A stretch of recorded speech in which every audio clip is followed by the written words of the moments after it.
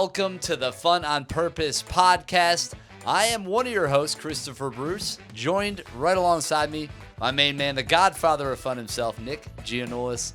Today, it's all about inclusivity. Ooh, yeah, interesting subject, right? Yes. Kind of like making OSHA fun. Ooh, that sounds like a challenge. But we've got the right guest. I like it. We have an amazing guest, an incredible expert in that field.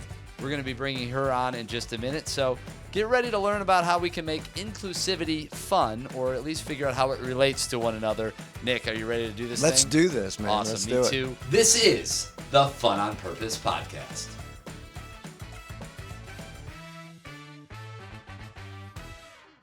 All right, as promised, we are back and we are ready to, talk about some inclusivity, amongst other things, with our guest. And Nick, I'm telling you, they are in for a treat. Tell them a little something about Dr. B, Dr. Brandi. For sure. I don't know how many years ago I first saw her on the stage. She's electrifying. She's, great speaker, great presenter, very genuine. So they're in for a real treat. Absolutely. And let me just give you a bio. Let me just Sure. really break it down for you. That way we can put all the fun little graphics on the screen and show you how awesome she really is. I'm just going to read this for you. Dr. Brandi Baldwin, CEO and founder of Millennial Ventures and former Wharton Business School lecturer, is a trailblazer in leadership and workforce development, consulting for top-tier companies like Comcast, Google, Salesforce, Discover, TD Bank, and more. She collaborates with forward-thinking leaders to develop innovative strategies that enhance organizational impact and competitiveness. Known for her dynamic insights, Dr. Brandi helps companies create equitable, high-performing workplaces that thrive in rapidly changing environments. Nick, that's a lot going on there. I don't think they're ready for how awesome this show is going to be. And with that, let's get right into it. Let's bring Dr. Brandi in. How are you? Look amazing. It's good to see you. Hi, guys. Hey, guys. Hey. I always love to talk with the fun department. So it's going to be great. It is going to be great. And it's going to be a lot of fun, of course. And, we're going to get into some pretty heavy topics. Obviously, that's a big part of your world. But before we do that, we want to keep it light, want to keep it fun. I'm going to throw some rapid fire questions at you just to warm us up. You ready? I'm ready. Let's get right into it. All right, I'm going to come out with a tough one. What is your favorite number? 3. 3. Love it. Why 3? My birthday's August 3rd, and 3. The power of 3. The power of 3. We got it. All these things. I like it. 3's a great number. Can you run faster than a squirrel? Absolutely not. All right. If you had to, what is the animal you're like, that's the animal I run just as fast? Like, what's the animal you keep pace with? Humans. That's the animal that I like. I'm an equal opportunity lover, but when we go outside of humans, I can't. So I don't have any affinity for animals. All right. Well, this might be tough for you then. What is your spirit animal? Is it a human as well, or do you have maybe you can find an animal to be your spirit animal? I wouldn't say spirit animal, but I love a strong and powerful lion. So how about that? I love it. I love it. We love lions here at the Fun Department and King Creative for sure. So what did you want to be when you grew up? When you were a kid, you were like, I want to be that. What is it? A nurse like my mom. Oh, there you go. Yep. Love that. She's a doctor. And you know what? You're doing it in your own way, and I love that too. Yep. So that's beautiful. And if you could only eat one food for the rest of your life, what is it? If we're talking about a category of food, I'm going to go soul food. If we have to get specific. Specific. Dial it in. I'm going to go candied yams. Oh, okay. Ooh. Candied yams. Nice. That's like your ultimate comfort food right there, I bet. It's Thanksgiving year round. I would love that. Yeah, man. That's like a hug right there just coming at you. All right. If you could choose to improve one of your 5 senses, which would you choose and why? So I would say sight. I am visually challenged. I would love to be able to navigate the world without my spectacles. And I would say sight. Yeah. Free yourself of those lenses and open it up. There it is. And one last question, and we'll get into it. Did this feel inclusive? It did. It felt, yeah, and the reason why I felt inclusive is because literally anyone from any background, from anywhere, could answer these questions and have There fun you with it. go. So Great. loved it. I love that. Awesome, Nick. That's where Glad it to hear it is. from the expert. Yeah, right, no, right. I mean, that's what it's about, right? We want to create accessible ways for people to engage. We'll talk more about that, I'm sure. But Nick, you have a question you wanted to kind of kick this conversation off as we get into the show. What is it? So, like, who is Dr. Brandi? I mean, tell us a little bit about yourself and just a fun fact, just something that we may not know. Yes. So that is a tough and loaded question. Yes. You know, Well, we can't keep it too easy for you the whole show. Come on now. yeah. So I would say I'll give you a little bit of a timeline, right? Because when you mentioned that bio earlier, a lot of people think that, when they hear about your background and your achievements, they think that like you're all the way up here. So I would say Dr. Brandi grew up an only child, humble beginnings, raised in a household where I was told that, achievement was important. And part of that achievement is really serving and helping others. And so I've just used that over the years to, be a part of or central to my professional journey. And so today, of course, CEO at Millennial Ventures, and really love helping people work better together in whatever context that is. Fun fact is I am a classically trained violinist. Many people do not know Wow, that. that I did not know. Well, they will now. That's awesome. So get ready for those bookings. You're going to have to start touring, getting some gigs going.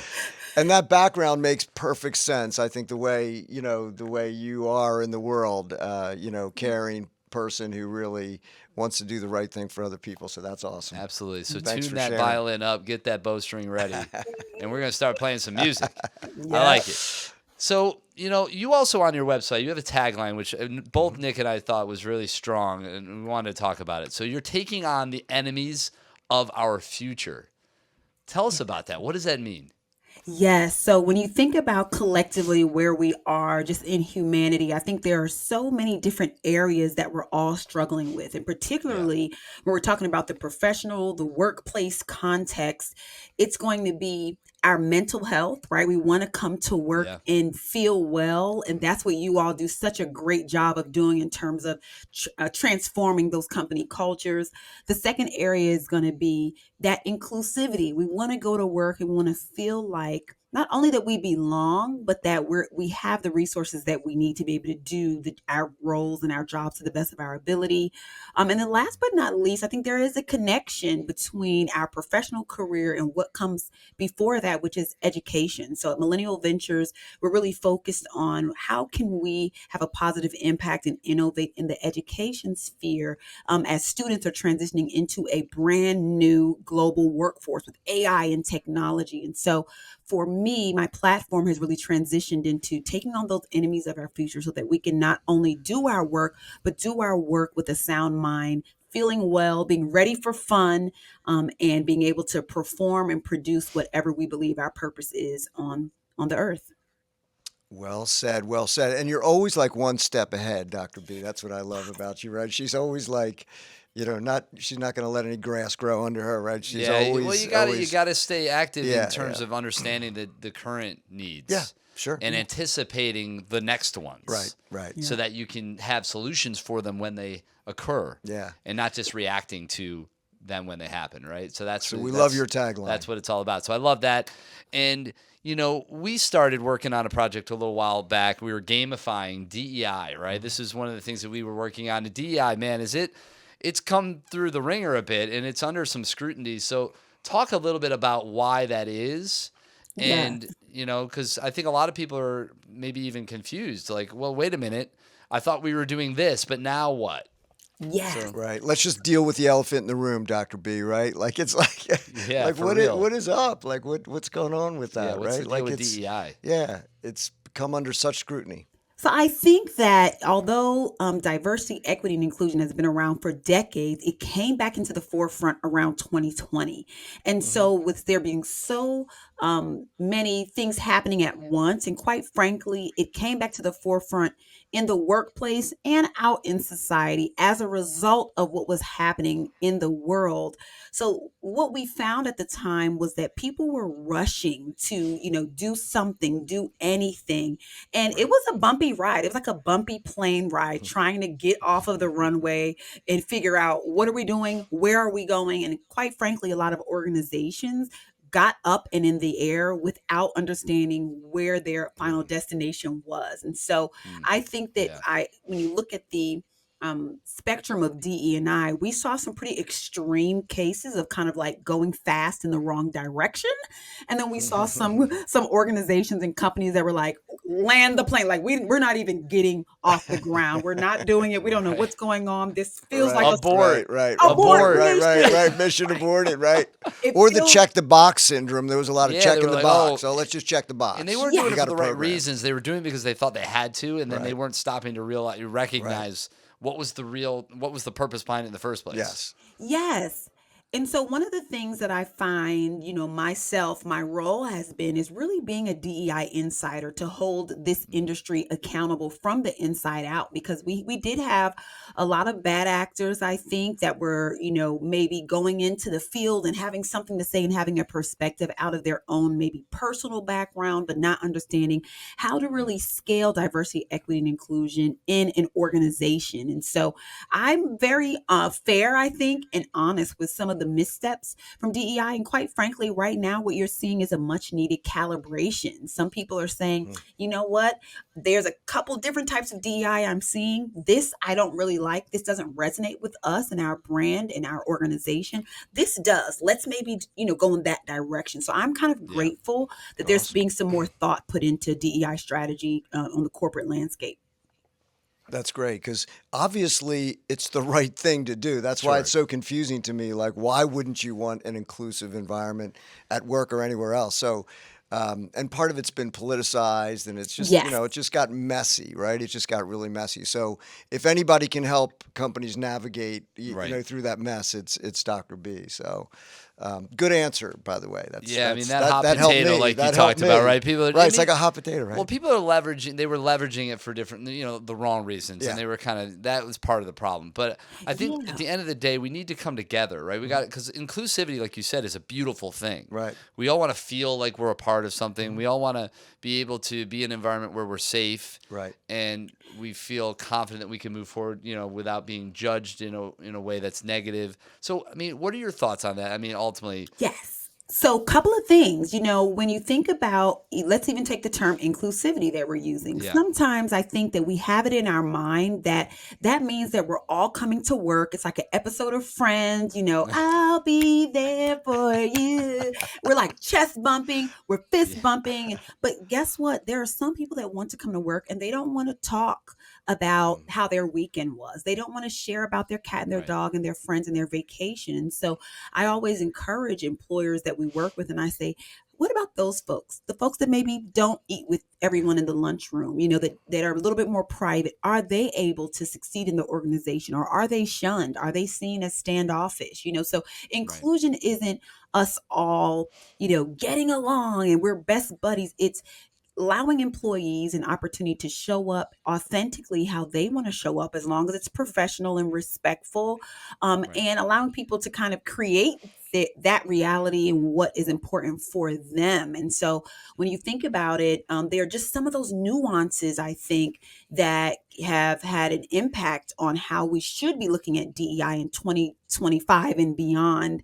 And to your point, Nick, you mentioned that it's the right thing to do. And so, again, one of the challenges that I face sometimes with working with particularly executive teams, because I'll start there and then working with the rest of the organization, is they say, well, what do we do about those of us or other employees who are not interested? They have a bad taste in their mouth, or they think that DEI is something else because the politics and the fact that the political sphere has kind of hijacked some DEI concepts and things, right, for their own benefit. And I'll say, being passionate about DEI is really not a prerequisite for doing this work. And I encourage them to just think about their professional brand. how you want to be known, how you want to be perceived individually. And it should be important for today's professionals to understand the importance of showing up in a way that says, I can interact with people who are different from me. That's the baseline, right? And usually people who are like, they're like, I don't know about DEI, but I can get on board with that because that has to do with me. I can control it. So that's how we bring people along. Well, people struggle, right? They struggle with things they don't understand. Yes. And if it's different, that pretty inherently falls inside of that box in that category. It's getting comfortable with the fact that things are different and it's okay. And if anything, we should celebrate those differences and appreciate those differences because it's what brings character and value. And, you know, the variety is the spice of life at the end of the day, right? So, like, if Nick, you and I were exactly the same person and we did exactly the same things, it would be boring. It'd be very boring, if nothing else. And, you know, we would eat the exact same meal every single day. And we would, you know, take the exact same steps every day. We would get up at exactly the same time, go to bed at exactly the same time, and watch exactly the same shows. It would be like, what are we even? It's not living. So the variety is really what makes it great. We just have to get comfortable enough to appreciate it and to welcome it. Yes. And here's the thing. I just want to just mention this.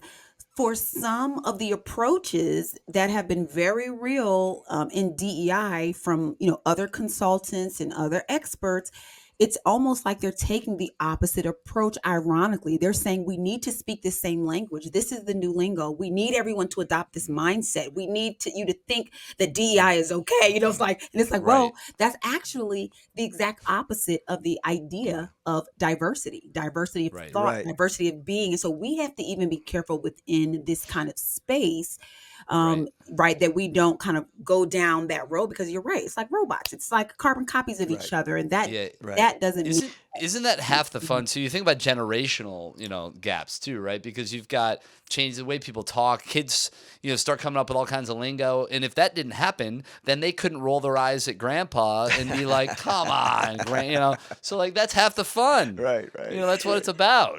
Yes, absolutely. And it all starts with leadership, right? Dr. B, I mean, it's really got to start at the top. And if a leader is not demonstrating or embracing, it's really hard to make it, you know, filter down through an organization. For sure. And here's the thing about leadership. I think right now we're at a time where leaders really need to tap into authenticity. You know, I find, and I'll coach sometimes executive leaders, even CEOs, and they will confide in me behind the scenes and say, I'm going to be honest, Dr. B, this is not like we chose you because we know that you're really coming from an organizational development approach, that you know, foster this idea of DEI not being political. That's why we chose you. But I have to be honest, I'm not really like on board with DEI yet. I haven't quite, all the pieces of the puzzle haven't clicked. And what I will tell them is be honest with your workforce and say, you know what, we're going to do this. We're putting money behind this. You know, it's going to be scaled within our organization and we're going to be more purposeful. And I'm still on my journey. Be honest, because I said you will get more brownie points from everyone else who's on the fringes as well, instead of like, we have to do this. It's the right thing. So, because that's relatable. That's relatable, and people want that. They crave that. And, you know, it doesn't matter where you sit on the chart. People want to humanly connect. They want to say, okay, I get it. I can relate to that. That's everybody's somewhere on the spectrum, right? So, you know, like that's really the thing, right? So if you just admit, hey, you know, I struggle with this part or whatever, like that's just being human. And obviously, you know, we are the fun department, and you know, we're talking about getting, you know, involving inclusion in these conversations in the workforce. So how do we address inclusion while still having fun, right? How do we make it accessible? Well, here's the thing. I think it's all about how you start, right? What has made DEI and inclusion a headache, quite frankly, is that it has been, you know, I hate to say this, but people have approached it and organizations have approached it as almost like a mandate. You know, they haven't made it fun from the beginning. So I think one of the principles that you all have had for years, it underscores what you all do. It's very important, even when you're thinking about inclusivity, which is let's start with fun in mind. And people may say, oh my gosh, are you all, you know, watering down diversity, equity, inclusion has to be so serious, but it actually doesn't. It's about relationships. It's about how we interact with each other in the social context. If I think of someone, Nick, now I don't want to call you out, not that, and it's not a negative, but are you a baby boomer? What generation are you? Oh yeah. Okay. Oh yeah. So yeah, big time boomer over here. Yeah. If I think in my mind certain things about baby boomers, then that's going to affect how I interact with someone like Nick, who is super cool, super dope. I mean, literally, I love Nick. Breaking the mold over here. Yes, this guy. Right? And so what we're doing with DEI and inclusivity is we are helping people tap into yourself, your personality, your approaches, and think about how you're thinking about others and how that might be impacting how you're interacting with them. So when you talk about inclusivity in a fun way, I would say start with the relational dimension. What makes the three of us are so different, but we have collaborated year over year. We enjoy each other's company. We talk business, and it has nothing to do with anything else but the fact that we are trying to build a relationship. We're trying to find mutual, benefits out of connecting with each other. And if you do that in the workplace and start there, everything else is fun. And what's not fun, that may be challenging or difficult, is way easier because you're taking it from a relational approach. And let me just mention this as a quick example. So a lot of times people will say, Dr. Brandi, just teach me the rules. Like, I just need to know the rules of engagement. I do not want to be canceled. Do I say Black or African American? And I'll say, well, it depends. What is that person's preference? What's their generation? If they grew up back in the day when James Brown was around, Say It Loud, I'm Black and I'm Proud was like a major song. If they grew up maybe in the 90s, right, there was a different movement to say, you know what, our heritage. So African American, that term came out, it hasn't been around forever. And so it's all about taking it back to that relational piece in order to be able to relax, relate to each other, and find that common ground that we need in organizations. Yeah, that's awesome. And that's really your signature, I think, having known you for a number of years, is you make it accessible at whatever level that you're at. So, well, and it's okay to ask a question. If you're not sure, just be real about it. Right. I think that's some of it too. As long as you come across authentically and you're not doing it in a way that's, demeaning them or looking down, it's just honest. And hey, I'm actually, do you mind? I'm curious. Like, what do you prefer? Like, because it shows your intent is to want to do it right and to respect what they want. So I think most people, when you come across that way, are going to be pretty open to that and appreciate that you took the time to ask. And inclusivity is a two-way street. It's for us to also extend grace to others who may have a little bit of a misstep. It's for us to create a little baby learning moment. We don't have to pull people along, but there's nothing wrong with maybe setting a boundary, creating a learning moment so that someone understands why they may want to show up differently as they interact with you. There are little things that we can do on both ends. And that's another correction I believe that we have to make, is that it goes both ways. Everyone can be an ally for someone else. We're not excluding any one group. We can't be exclusionary in the name of inclusion. So when you have those values and those guardrails, everything in the middle, it can be open to being more fun. And I think that's where a lot of companies are. They're getting better. And they want to do that. And I'm glad that we're able to support that. No, that's really good. And real quick, we're going to get to some tangible takeaways, and I want you to think about that. So if you're listening to this, Dr. Brandi is going to give you something you can take home with you and put into action. But before we get to that, you were just touching on fun, and we are obviously the fun department. From your perspective, why is fun important in our lives? Like, what is it about fun that really brings value? Why is it important? Well, one of the things, and I do have a background in psychology, and I mentioned it a little bit earlier in this episode, is mental wellness is very important right now. People are stressed with economic conditions, their personal life, and so many things that are going on. So employees are no longer just bringing their work self to work. They're bringing their full self.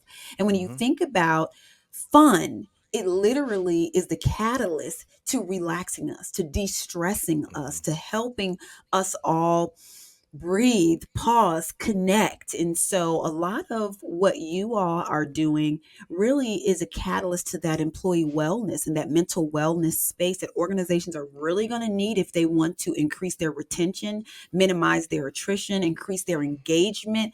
That aspect is going to be important for them to infuse because quite frankly, many of us are overworked. We're just punching the clock every day, trying to balance everything. Yeah. And so purposefully including fun in the company culture is definitely something that's going to have pay big dividends in that employee wellness space.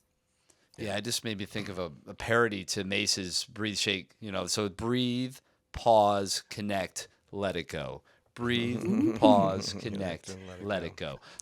Loving that. Right? It feels pretty good. We're going to work on that. But, beyond that, Nick, I mean, there's so much to talk about. And obviously, we don't have all the time in the world here today. Wish we did. So let's ask another question. What do you got? Yeah, so I would say, kind of the biggest challenge, Dr. B, like is there one thing that kind of stands out as the biggest obstacle or challenge in the work that you do? Yeah.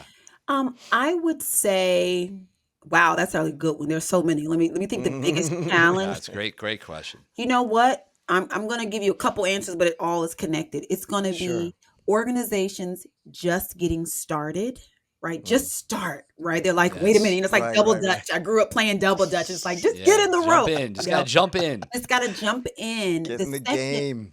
The second one is going to be organizations who just don't want to course correct. They feel like they're obligated to continue going in a certain direction. They realize the ERGs didn't work out. They tried to do these diversity hires and that kind of backfired, but they're so committed to what they said they were committed to that they just don't know how to communicate to employees that they are going to make a pivot, why they're going to pivot, and why this is going to be in their benefit. And sometimes pivoting means sunsetting some programs that just aren't showing a return on the investment, but they're scared that employees are going to say, we knew you weren't committed, to inclusivity, and we knew. And I've seen organizations that they don't do that and they end up further away from the goal. And so I would say that's probably the biggest challenge. Well, it's like pride and ego can really get in the way of progress. You know what I mean? Like, we got to let that stuff go and get out of our own way. And most of the time, that's what it is. It's like we're worried about, I don't want them to judge me or, they're just like, there's a lack of confidence in themselves. Yeah. And if they just stood up to it and said, no, listen, we got to figure this out. I don't have to have the answer right now, but we're going to work together to figure it out. And we're going to come up with a solution. Yeah. As a group. Yeah. And when you say pride and ego, it's, that also sometimes takes companies into what we would call performative DEI, where it's all for optics, So are you more focused on what people are thinking and perceiving, or are you more purposeful in getting real results? And when the rubber meets the road, I've had organizations that have said, Dr. B, no disrespect, we do not need results as much as we need to be looking like there's movement. So I need you to move us along. And I have let them know. Mirrors, man. And I've had to cancel some contracts and kind of say that's not the work that I do. And they'll find someone else to help them. But that's a big one. Yeah, that's cool. Yeah, so along those lines, we talked about tangible takeaways, and one of the obstacles that you said was really getting started. Is there something that you could share with the audience, something small, something little, like a first step? Is there something that you could share with us that would be get them on the right path? Yep. First step, if they really are looking to, start a long-term DEI strategy, then I would say do an organizational equity assessment. Just start with getting organizational intelligence. Get the data that you need to figure out what you need to do, where the hot spots are, what the priorities should be. The data will help. And this will also help organizations that are like, we should do something. And I've had clients where once we've done their organizational equity assessment, I tell them, you have a great culture already. You don't need ERGs. They're like, but we need to do something DEI. We need to, what are you talking about? Doesn't every company need? And I say, well, what sounds counterintuitive, but is actually where we should be striving to get to, is a time and a place and a space where we don't have to label it that we're doing DEI. We Right, want to be at a right, place where we right. can say we took the scaffolding off. Because when you have a formal DEI initiative, that means that there are some things that you're really trying to embed in your company Right. culture. And after a while, it should be to the point where we're just treating each other great. We already use diverse vendors. We have a recruiting Love it. process that, it's already there. We don't have to label it. And so in the maturity stages of DEI, absolutely, let's do something. But the goal is that we don't even have to say it or have the DEI vote lingo to go with it to say that we're doing the right thing. And I've had organizations that have not listened, just a handful that really were top of the top, and they still made up like DEI stuff to do. Yeah. And unfortunately, it actually negatively impacted their culture. So Backfired, start with the yeah. data. Start with the data. Great. That's great advice. Very similar to our business, where you got to Yeah. start, somewhere and, get it going. Like just start small and It's literally in the laws of fun as we go through it. Where do you start? Right, Now. now. How about it's now, that simple, right? right? Right, You just just do got to something, start. That's yeah. the key. yeah. And Don't you overthink can it. always come up with a reason why not to, right? There's always going to be an excuse. There's always going to be something Yeah. that you're like, well, let's make sure this is perfect or this Right, is right, right. It's right. like Yeah. nothing's ever going to be perfect. And it's almost invisible when it really has matured and it is part of your culture, right? Right. And the same thing with inclusion. I think Yeah. that's the same thing. It is just part of your culture and who you are. It's not like you Yeah. got to have a set of rules on the on the the lunchroom Right. board or whatever, right? Yes. Yeah. Yep. Yeah, Great. this is how you Right. develop include each other this way. Right. Right. It's just it's Like, like come on, who does that? Yeah. And you know what? I have kids, right? And so I think about, and I think we all have children, and I think about in elementary school, where they have how to walk on the right side of the hallway. They have all of these, once you get to high school, they don't have all of that. There's this organized chaos. Everyone knows what's Yes. going on, where they're supposed Yeah. to do. They're switching classes. It's the same way in organizations. And the more you have to say it and display it and show everyone that we're doing it, 9 times out of 10, you're not probably as on point as you think you are behind the scenes when it Right. comes to creating an Well, inclusive culture.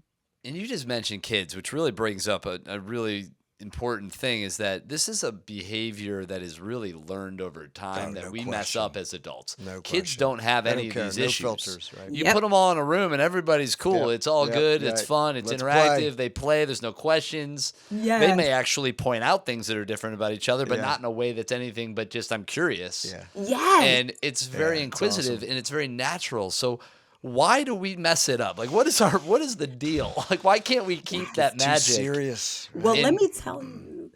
Okay, sorry, Chris. I was chomping at the bit on this one because it reminded Nice. me of a funny incident. Well, funny to me that happened with my son. So, pandemic, he might have been 4, going on 5 in 2020.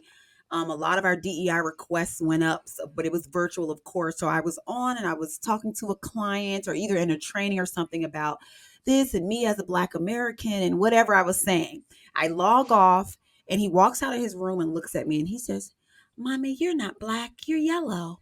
And I was like, "What are you talking about?" He's like, "I heard you talking to those people. You're lying to the people." And I just fell out because, to your point, as little kids, to him, my complexion, I guess, Right. right? It was yellow to him. That's the closest he could That's figure it, out. That is Right? I in the love it. Crayola He's like, box. I looked in the box and I was like, Right. Right. it didn't match. Literally, you're right. He's like, nope, And nope. so that Nope. really is exactly, he just couldn't understand what Black, like he just didn't get it. And I tried to Right. explain and his brain was like struggling. But to your point, Chris, that's how we get it wrong is we will create these constructs for our children on what's different and what makes them different and what makes these people different and we don't actually tell them the value of that. What's the value in me knowing this information? So then they start to see things that they didn't even see before, that they didn't even acknowledge or know before, but they don't have the tools to realize how is knowing this information actually helpful. And so when their ears become attuned to maybe things in the media, maybe things on the news, it perverts their sense of what that knowledge or information meant, to them. So they start to connect it with maybe some things that are not as helpful. So as adults, I think we do have to balance this idea of kind of a come as you are environment. We're allowing people to show up as they are. And our brains naturally want to categorize the world, right? To make it make sense. So yeah. Yeah. We need to understand things. Right. There's so many examples of that over time where it's like, if they could just have been comfortable with not knowing, things would have been easier. Right. But Yes. no, we will fill in every single gap. Yeah. Doesn't matter if we have facts or information, we will fill it in and then believe it. Right. And Yes. that is the real fact. And it's like we've learned to judge versus learn to celebrate. Yeah. Correct. Over time. It could be a really great first step as, for companies to take a look at and just give them the perspective is look at it as a child, right? Because that's a good way to recalibrate because we've learned so much bad stuff over the years as adults, You gotta right? shake that out. Look at it as a child and look at the way children interact with one another. Wouldn't that be joyful, right? So, and I call it level setting. The first thing we want to do when we go into an organization, we want to bring the ones up here that are like, they have PhDs in DEI, right? Like they've given themselves up here. We want to bring them down. We want to bring those that are on the fringes in. We want to bring those that are up so that people can understand, wow, I get it now. It doesn't have to do with this political twist to it. And it doesn't have to do with these superficial things. When you think about all of the dimensions of diversity, those aspects of us who make up who we are and our culture, number one, the majority of them, over 95%, are things that we can't see. What makes Nick, and Chris, and Dr. Brandy are everything that you can't see right here, and then there's only a small percentage of who makes, what makes up who I am that's on the outside. And I can change that. I can pay for surgery and change that. I can fix my hair, so the value is on the inside. And that's what's more important. Yeah. Yeah. No, that's great. That's really great. That's just, that hits very nice. Insightful. So to be respectful of your time, we could talk here for hours, right? Absolutely. So I love it. But so is there one question that you wished we had asked you? So kind of anything on your mind? No question. We covered a lot of ground. I know. No question that I wish you all would have asked. But one thing I would say, just since we're having a great discussion about inclusivity, just two things. One is we have to remember that diversity encompasses so much more than race and ethnicity. So we want to talk about diversity of thought, perspective, generation, and some of those things. But it's really hard sometimes for people to remind themselves that that's what we're talking about. Right. The second thing that I would just say that's going to be important is to, for everyone to allow themselves an opportunity to go on their own journey at whatever pace, to never be pressured by, society or social media in terms of, how you should be thinking about these things, because we don't want to become inauthentic. We want to be authentic. I have a book called Authentic Ally, which also is spelled authentically if you put the words together. But I think that's important. And the last thing I'll kind of mention that I think with this discussion is that DEI is really a part of a company's overall organizational development strategy. We have to remember that we can't just cherry pick this like off of the shelf and it's like, we want to do DEI. It's like, what is your business strategy overall? What's your talent strategy? And how can you utilize the principles of inclusion, of equity, and honor diversity in all that you do as an organization? Take an integrated approach. So I think that would be helpful for sure. Yep. I think that's really great. And listen, Nick, we did not ask any questions. So we're doing well. We're doing okay. She's proud of us. I'll take that. I feel heard. I feel seen. I feel included. I do. And I feel so much more knowledgeable now on the subject myself. And this is a subject that I'm really interested in and we read on and we talk about with clients all the time. Yeah. But of course, we're not the experts. Dr. B, that's what I've always admired. You make it so accessible. The thing that we're experts on and that we really work hard on is making things accessible, right? Playing with people in a way that we always say, play where they are. Yes. And some people want to be the center of attention. Some people want to be on the sidelines and just take it in and watch. That's fine. Both of those experiences are valid. Yep.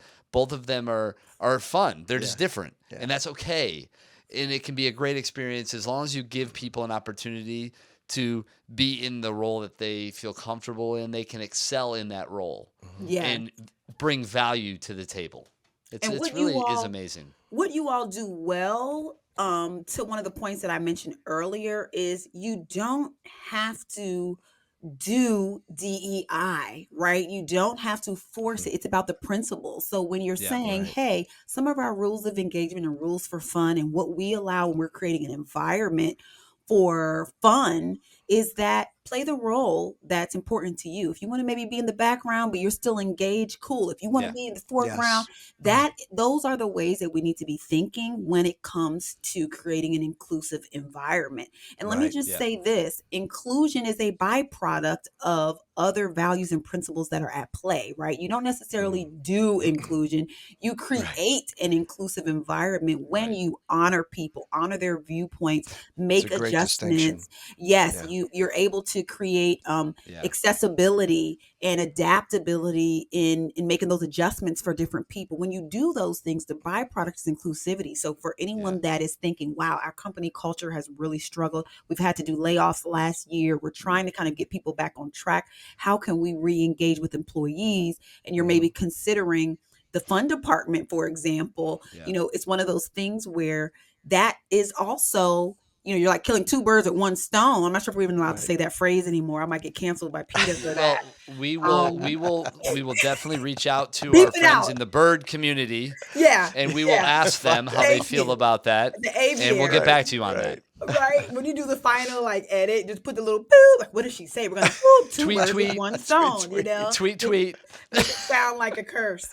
But what you're doing is you are, participating in fun, whatever the topic is, of the day, but also fostering an inclusive environment. And so for companies, we have to start thinking outside of the box and innovating and not being so literal. Now, sometimes you are some people make it so literal. It's like, 11:05, it's inclusivity time. Everybody come around. We're going to get inclusive. Right. It's like, who does that? And I'm okay with the monthly heritage celebrations, for example, right? Like every month has a new theme. However, what are we doing year round? Like what conversations can we have year round? And again, that's some of that, the training wheels that I think are holding companies accountable, but what else can we do? And so I love how we're able, even with the fact that our agencies and our organizations do separate things, but we're all really a part of that organizational development of that inclusivity piece, which is important. You probably experience the same thing we do, is that sense of relief when you tell people that they can participate at the level they're comfortable with. Like, wait, I can just take pictures? That's awesome. Them where they are. Because, somebody says we're going to have fun now. It's like, oh my God, that creepy weird stuff. Like they just automatically cringe, right? We always say, who's been traumatized by... Yeah, who's been traumatized by a team builder? And everybody's like, me. I know I have, right? People have. So it's the same thing, right? With the diversity and inclusion where... just the subject itself is going to be like, oh my God, I'm going to get a set of rules and I have to act a certain way instead of the way you present it, which is. And you're so right about the monthly celebrations. They're great. Yeah. It's a moment. It gives us a time to focus on it, but it's not a 1 month issue. I used to run or help work with a childhood cancer, nonprofit in September. Was Childhood Cancer Awareness Month, but I would always tell people, say, listen, it's not just a September problem. Right. This is a 365-day all-year issue, and but we leveraged September in that case as an opportunity to engage, to educate, amplify, to bring awareness, and that was wonderful. But to your point, it's you embrace these things, but you find a way to make sure people understand that it matters year round. It's not just a today thing. Yeah, the other example we see all the time is people say, "Oh yeah, we have a fun organization. We have an annual holiday party on a Saturday night. This one day, we drag people in on their own time, and they have so much fun." And that's the leader telling you. And the leader says, "Oh, they're going, man, this place is like toxic. It's terrible." Yeah. So you can't do something once a year and expect the result, right? So it's got to be. It's a commitment. it in your culture. culture. It is a commitment. Yeah. And that, I think that's how you see the results. And in your work, I'm sure you're seeing that. It's those companies that understand, one, they need to just start, and that they stay committed to trying to get there eventually as a group and bring people in and get their input and make sure that it's authentic and it's not forced is probably the best way to make it work. Yeah, and prioritize. You cannot, Sure. Rome was not built in a day. And I think that it's I mean, I wasn't there personally, but I was there, I would though. imagine. Time travel. I was there. Yeah, though. you bet. But yeah, just prioritize and do a few things well and build off of a strong foundation rather than throwing spaghetti on the wall as a result of maybe feeling nervous in terms of what others will think that you're doing or what things look like. For sure. Yeah. Yep. Awesome. That's great. Well, so much good information here. So for our audience who wants to know more and to engage with you, Dr. Brandi, so what's the best way? And tell how us. do they find you? How do they follow you? All right. So I would say definitely my website, drbrandi.com, will be the hub for all things that we're doing at Millennial Ventures and individual projects and things that I'm working on myself. And I would love to connect with anyone on LinkedIn. Reach out on LinkedIn. Let me know that you heard me on the podcast. And then that'll unlock your ability to ask me any advice, any DEI questions that you have. I won't invoice you for it, but just reach out and let me know. I would love to support. Dr. Brandi, thank you so much for coming on the show. We really appreciate you taking the time for sharing and just being your awesome, authentic self. Thank you so much. I'm always excited when I see the email come through to hang out with you guys. And hey, we're going to do it again. Thank you for having me on. Likewise. No, we'd love to have you back at some point soon for sure. But again, check out Dr. Brandi. You can find her on, all the things. Look at LinkedIn, look at her website, check it out. And it's drbrandi.com. Is that correct? Yes. Yep. Get on there and do something today. Get started and help making your environment, your world, more inclusive. It's a beautiful thing. We appreciate it. Thank you, Dr. B. Thank you, guys. Nick, I mean, like we said, we promised a good one. Dr. Brandi she's just awesome. And I think that didn't disappoint. Oh my gosh. Such a wonderful conversation and valuable, right? Yes. It's one of those things when you think about the human experience that just makes life better when we kind of take a moment to think about each other in meaningful ways, celebrate our differences. And if we could just all do that, if we could just stop focusing on the difference as a negative and think of it as a positive, how much better the world would be. And I love the analogy of kids, right? Like children, they don't see anything but, love and play and, seeing everybody as equal. So, and Dr. Brandi just has that unique way of making a very tough subject for a lot of people so accessible. So, she's awesome, and it was really great. I learned, a fair amount today too, that, things that I didn't know. So it kind of recalibrated me and my perspective. Reframe, refocus a little bit. Which is really awesome. Gave the audience some kind of easy takeaways and things, places to get started. So, really great to have her as a guest. It really was awesome. Well, Nick, it's always a pleasure. Likewise. Thanks, man. Appreciate you. Brother. And appreciate you. We appreciate you guys for tuning in, for being a part of this conversation. Please drop some comments in. Let us know what you thought about today's show, as well as give us some suggestions for other topics you'd love us to cover. Like, follow, subscribe, all the good stuff. All that stuff. Nick, you're the man, the Godfather of Fun. You got to love that. Well, stay awesome, stay tuned, and cheers to more fun ahead. This is the Fun on Purpose podcast.